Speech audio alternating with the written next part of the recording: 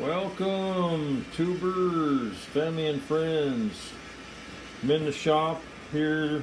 It's early afternoon on December 6th. And I'm going to continue on my battery bank operation here. That's going very slow, and that's fine. I'm retired now, and I don't do things fast if I don't really absolutely have to. Only emergency work of something that's down, that's critical, that I have to get back up and running. But this battery bank I've been probably slowly obtaining these batteries and putting this system together over probably the last 6 months. So maybe in a couple weeks or so I'll have it online, but we'll see. But today I'm going to start putting these terminal ends on the ends of these wires. This is for the BMS, the battery management system. Once I get these on, and I'll use this shrink wrap and a heat gun and make these really solid so they have good conductivity for my BMS here. I showed you guys the other day. There's the BMS right here. It's a 250 amp Daily BMS, and I'll get the application. There's an app online. I already have it installed on my phone, the app. I just have to get it working once I get that installed. So that's my project today. I got a couple other updates I wanted to let you guys know about. Oh, what is it? The first one, which is really good news, sometime, oh gosh, when was it? I can't even remember now. It was sometime last April. YouTube, it got to the point where they wanted to do address verification. So what they do is you put your address in AdSense in the Google app. You go into it through your YouTube channel, put all your address information, and then what they do is when it's time for you to start getting enough monetization for them to send you a check, or getting close to that time, then they send you a 6-digit code number in the mail, and then when you receive that code number, you enter it into the system to verify that your address is what you say your address is. So I had the wrong zip code on my address installed, so 4 months went by and we never received the code number from the piece of mail that they sent us. And I just thought it was, because we live way the heck out in the jungle in Mindanao in the Philippines, and that it got lost in the mail or something. But we've received other mail here over time. Usually within 2 to 3 months we'll get something. Well, after 4 months we didn't, so I went back in and found out, oh shoot, that's why we didn't get it, because I had put the wrong zip code. I was off by, instead of 7104 like it's supposed to be, I had 7102. So that's what it was. So I think it was like August or September, I redid the address, changed it, verified that everything was okay, and put the proper zip code this time, and said please send me it again. So they sent me it again, and I just now received it. Well, it was last week I received the 6-digit code and installed it. So now my videos are finally being monetized again.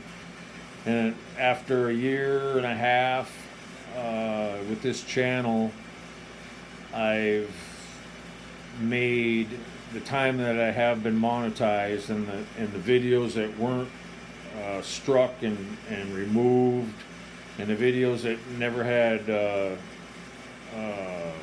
copyright infringement on them from music, I've made 52 pesos, which is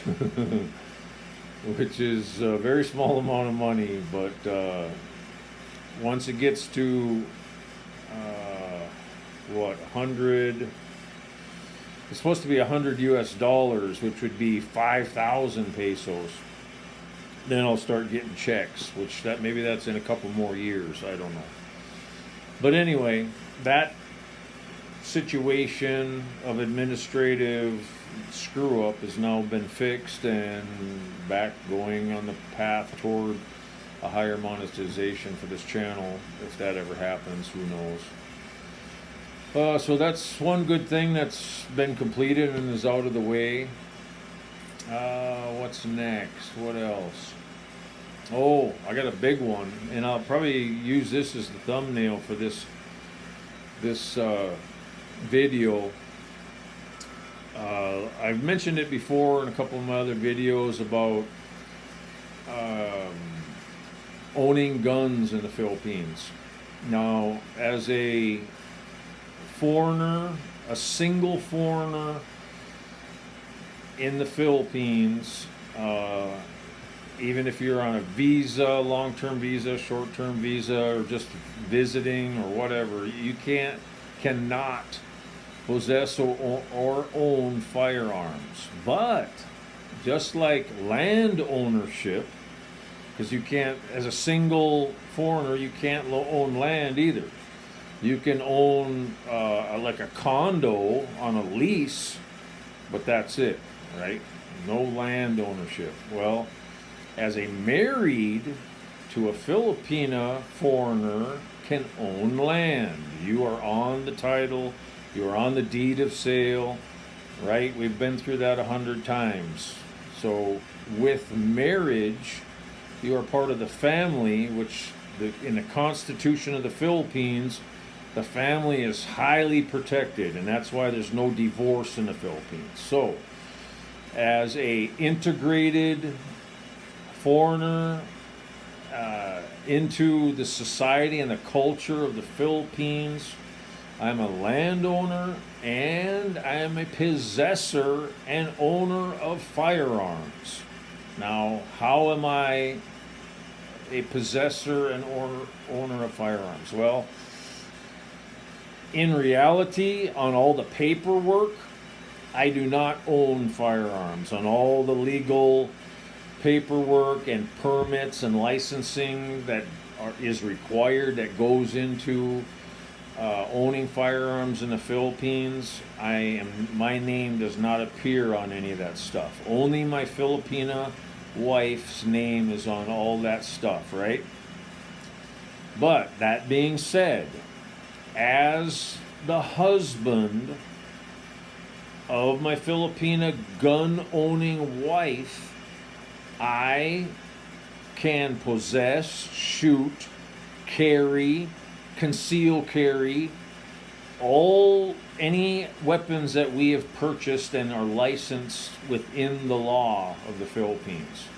Now, how is that possible? Well, the law in the Philippines is if you are working for or designated as a bodyguard, right? Whether you're a foreigner, it don't matter. If you're designated the bodyguard of a law-abiding Philippine national owner of a firearm, they can give you their firearm to possess, to carry, to conceal carry as their bodyguard. Okay? Are you with me on that, guys?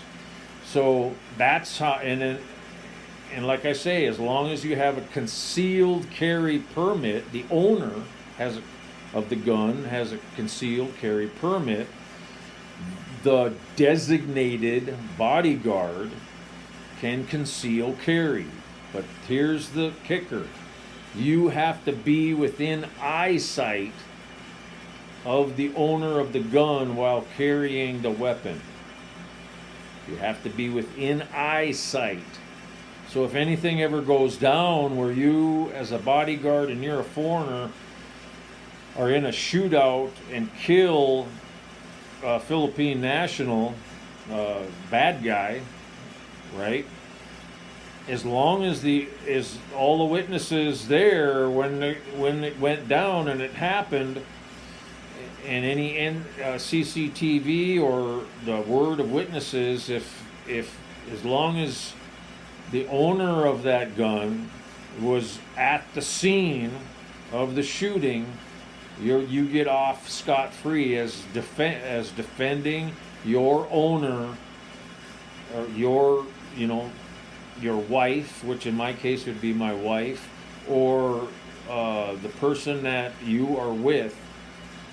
That's the owner of the gun. So you have to be within eyesight. That's the law. Now, if you're on your own land, there's more. You don't need concealed carry permit. But with concealed carry permit, if you take the gun off your property, that's where you need your concealed carry permit, right? But on your own land, you don't need concealed carry permit. You can conceal carry on your own land. You can open carry on your own land. You can, as far as discharging the weapon on your own land, I have done it a couple times, but very small amount. Probably in 10 years, I've done it maybe twice, and it maybe only a couple rounds, 2, 3, 4 rounds. That's it, because what the PNP has told us before is if you're discharging your weapon on your own land in a large degree, like a target practice where you're going through dozens of rounds, or maybe even hundreds of rounds with a group of people, you want to do target practicing that day on your land or something, you have to contact your local PNP cop shop, let them know on this certain day that you're going to be firing weapons on your own land, just so they know. And if there's any complaints by neighbors or any questions from people, the local police know that that's your activity, that's what's going on. So that's just another respectful convenience that they ask that you do as gun owners in the Philippines. So that's probably as much as I know about the laws of it. Now, here's another thing. What happened to us, and why I'm even bringing this subject up, is that before our permit to own our guns had expired, and it was only a 2-year permit, and then every 2 years you had to renew. Well, they've now changed that law to increase it to 10 years, because 2 years was just ridiculous, right? Because you got to go back in after 2 years, drug test, medical test, performance test, all kinds of different testing and requirements, and then paying of more fees, repaying the license renewal fees, blah, blah, blah, right? And it was every 2 years. Well, now all that's changed to 10 years, so it's worth it. But our 2 years ago, our 2-year permits had expired. So we had our weapons in our possession, but our license had expired. Well, the police finally had gone around, and I don't know if it's after 2 years expired, then that's when they go around to the owners' addresses and say, hey, you guys have to give up your guns because your licensing is expired and you have to renew. So that's what had happened to us after it was little over 2 years, and they come to our place, and we had purchased four separate weapons, and they had confiscated 3 of the 4 of our weapons and said, we're not going to leave you without any protection at your own property. So, but the law says that they're supposed to confiscate all your guns, right? But that's one thing that's the spirit of the law and letter of the law. Yes? What's the password? You have to go now. Why? You haven't make a pancake? Yes, yes. Okay, I'll be there in a minute. Thank you, my love. So, my wife they're making pancakes, and I told them, come get me when the pancakes are ready so I can eat them hot. Because that's the best way to eat the pancake, right off the grill, right? So I'll make this quick. Anyways, they come and confiscated three of the four guns, and they go by the spirit of the law here. We know several of the local PNP. I've even bought 10,000 pesos worth of ammunition, and we've gone out into the jungle and shot M16s, rifles, shotguns, 45s, 9mm, the whole, arsenal of guns came out, and we had a great time, just firing, practicing, targeting. I mean, it was a real good time. And anyways, that's how it's treated here in the Philippines. Anyways, just the best thing to do is have a good, close relationship with your local law enforcement, and they know you, you know them. I mean, that's the best way to be anywhere you are, and especially if you're a foreigner in their country. Try to be on the best terms possible, and that's so they know you. Even and I'll get back to this later. Even a couple of the officers that are at the local station are the godparents of our 4-year-old half Filipino son, right? So what had happened is one of the officers had told my wife, hey, you should come and get back one of your guns. And we already started the process 2 weeks before that of redoing all our licensing. We've already done a bunch of testing and paid for some of the requirements already, but it's not complete yet. But one of them said, come by and you can get another one of your guns back. So I said, hey, yeah, okay. So we stopped by the cop shop a few days ago and said, yeah, we'll get our 9mm back. And I had kept the 12-gauge shotgun of the four. It's a tactical long tube, 10 shot, I think 8 or 10 shot. It holds. Every other round I put slugs in double-aught buck. It's a perfect home defense gun as your 12-gauge pump shotgun. So that's what I had kept, and now when we went back there, said, yeah, we'll take the 9mm back. Okay, yeah, that's no problem. And, do some signing and stuff. And, two of the police, they're my son's godparents, right? So we know them well, they know us. It's the spirit of the law. We're going through the licensing process, blah, blah, blah. So, it's all cool. There's no confrontation. There's no we hate you, you hate them kind of thing. It's not what you'd call a police state. The police in the Philippines are like what the police used to be like in the early days of America. It's your neighborhood friendly peace officer, right? You work each other to keep each other safe, and you're friendly and on good terms with each other. It's not a combat career against the citizens of the country.